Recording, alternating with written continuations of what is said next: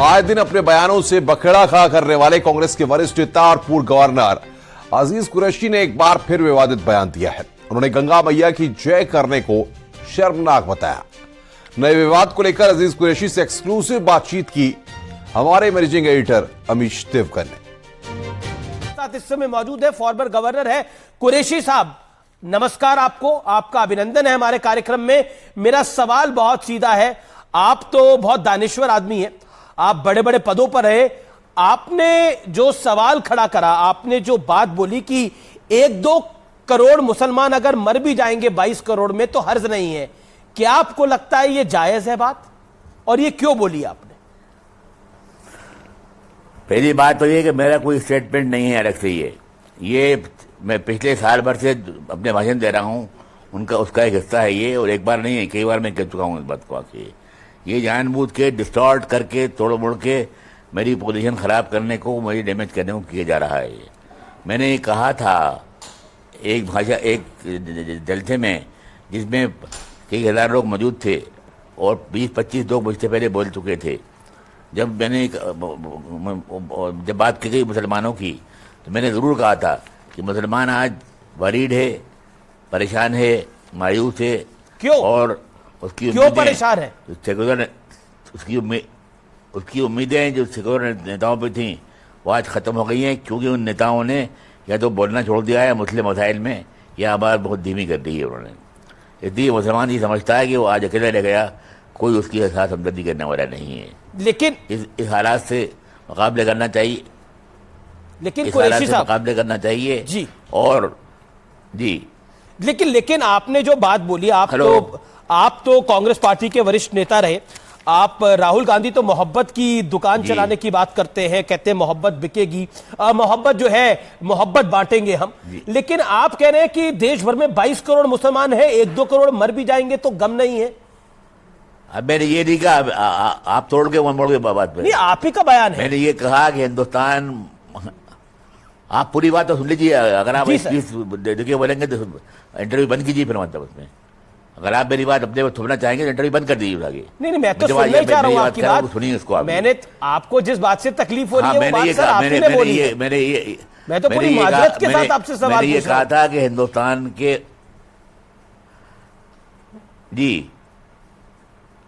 मैंने ये कहा था कि हिंदुस्तान के मुसलमान का मजहबी फरीजा है, धार्मिक कर्तव्य है कि वो देश का वफादार रहे जी। और देश पे कोई खतरा आए, चाहे वो अरब से हो या पाकिस्तान से हो, अफगानिस्तान से हो, चीन से हो, तो देश के बच्चे को अपना सर हिंदुस्तान की रक्षा के लिए कटा देना चाहिए।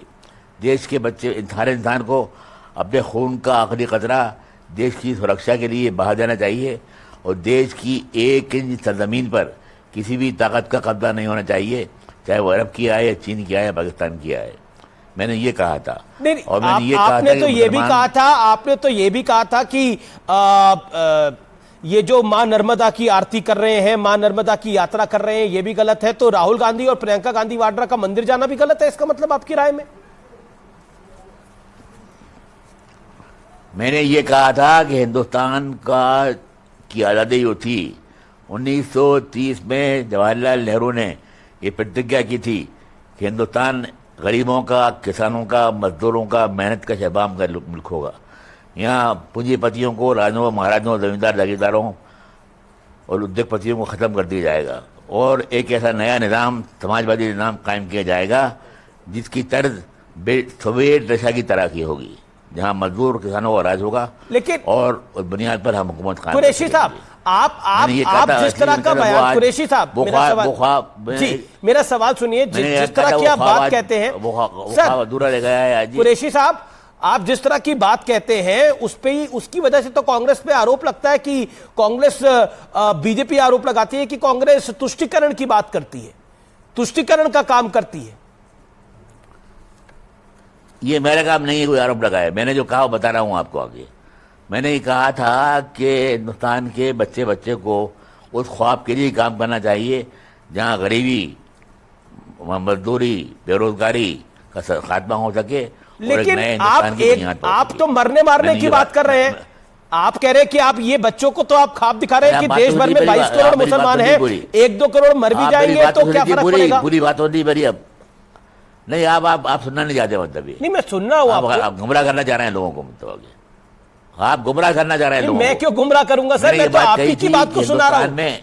मैं तो आप ही की आपने ये मैं आपसे सर, मैं बहुत सम्मान करता हूं, आप बहुत वरिष्ठ हैं, आपकी उम्र अडवाणी जी के बराबर है और आप मतलब इतनी उम्र दराज आप व्यक्ति हैं, और मैं आपसे बड़ा दिल की गहराइयों से ये सवाल पूछ रहा हूं। आप जैसा व्यक्ति इस बात को कह रहा है, जो गवर्नर बना इस शासन के अंदर, वो कह रहा है कि देश भर में 22 करोड़ मुसलमान हैं, 1-2 करोड़ मर भी जाएंगे तो गम क्या है? मैं भी आपको, अरे आप बात तो सुनने की, मैंने क्यों कहा था ये? क्यों कहा? मैंने कहा था कि मुसलमानों पे जो शक्तियां खिलाफ मुसलमानों के हैं, अगर वो उनको मारें, कत्ल करें, घर जलाएं, बच्चों को नसीब करें, सुहागनों को बेवा करें, तो मुसलमानों को अमन की खातिर, शांति की खातिर इस ज्यादती को मार लेना चाहिए और अपील करना चाहिए मुल्क में अमन कायम हो। और पर ये कहाँ हो रहा है जो आप बात कह रहे हैं? ये हो कहाँ रहा है? वो ताकतें, लेकिन वो ताकत बिहार में तो नागपंचमी के जुलूस पे पत्थर चले हैं सर, आपकी बात सुनने के बाद। वो ताकतें जो तय कर चुकी हैं कि मुसलमानों को इस मुल्क से निकाल के बाहर कर देंगी, भारत को एक मुस्लिम मुक्त देश बना देंगी, और भारत को स्पेन की तरह मुसलमान का नाम निशान बाकी नहीं रहेगा, तो मुसलमान इन जातियों को बर्दाश्त करेगा, एक लिमिट तक बर्दाश्त करेगा, एक हद तक बर्दाश्त क्या करेगा। जाती हो रही है? आप बार बार एक लाइन बोल रहे हैं, मुसलमान पे जाती हो रही है, क्या जाती हो रही है वो तो कृपया करके बताइए। आपने ये बात बोली कल और पत्थर बरस गए नागपंचमी के जुलूस में बिहार में। मुसलमान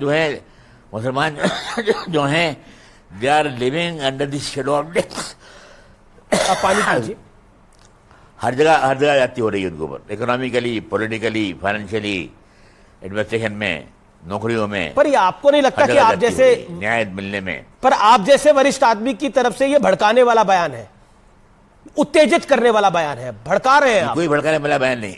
अगर दिल के जख्मों को दिखाना भड़काना पड़े तो मैं सबसे बड़ा भड़काने वाला हूं। अगर ये कहना है कि हिंदुस्तान में अगर कोई खतरा आए तो अपनी जान कुर्बान कर दो, हर बच्चा मर जाए मुसलमान का और तिरंगा झंडे की आन शान नहीं हो ना पाए, अगर ये भड़काने वाला बयान है तो मैं भड़काया हुआ बयान दे रहा हूँ। अब आप अपनी बात को बदल रहे हैं, आप बोल रहे हैं मुसलमान खतरे में रहेंगे, और आपने कहा मुसलमान खतरे में, और अभी भी आपने यही बोला और फिर अपनी बात को ट्विस्ट कर रहे हैं। रिपीट कर रहा हूँ, खतरे में है, मतलब हर तरह खतरे में है, मतलब उनकी भविष्य सर, उनकी खतरे में मुसलमान नहीं है, देश के वो राजनेता हैं जो तुष्टीकरण से अपनी रोटियां सेकते थे। दिक्कत ये हो गई है जो आप सीख रहे हैं, मेरे ख्याल से। मैं तो सिर्फ देश की बात कर रहा हूं। मेरे हिसाब से तो मेरे देश के अंदर हिंदू, मुसलमान, सिख, ईसाई सब प्यार से रह रहे हैं। अच्छा ये बताइए, आप मुसलमानों के इतने बड़े रहनुमा बन रहे हैं, 72 के 72 फिरके मुसलमानों के किस देश में देखने को मिलते हैं? 72 के 72 फिरके किसी इस्लामिक देश में नहीं है, सिर्फ हिंदुस्तान में है। और हिंदुस्तान में किस लिए है ये आपको भी पता है और मुझे भी पता है। मैं कोई काजी मुफ्ती नहीं हूं जो आपके ऊपर फतवा दूं। मैं आपसे इतना ही कहना चाहता हूं कि मैंने ये कहा था जी कि मुसलमानों को सबसे आगे आकर देश की सुरक्षा करना चाहिए और देश के विकास के अंदर योगदान देना चाहिए। ठीक है सर, आपने अपनी बात को रखा, आपने अपनी बात को रखा, आपने हमें समय दिया, आपका बहुत बहुत धन्यवाद। लेकिन मुझे लगता है कि भारत एक सुरक्षित देश है, यहाँ पे किसी भी धर्म के लोग असुरक्षित नहीं है। मेरा निवेदन है कि हम देश के अंदर प्रेम की भावना को बढ़ाएं, ना कि नफरत की भावना को बढ़ाएं। ये मेरा प्रयास रहता है हमेशा। रुक रहे हैं यहां पर ब्रेक के लिए। खबरों का सिलसिला न्यूज़ 18 पर लगातार जारी है।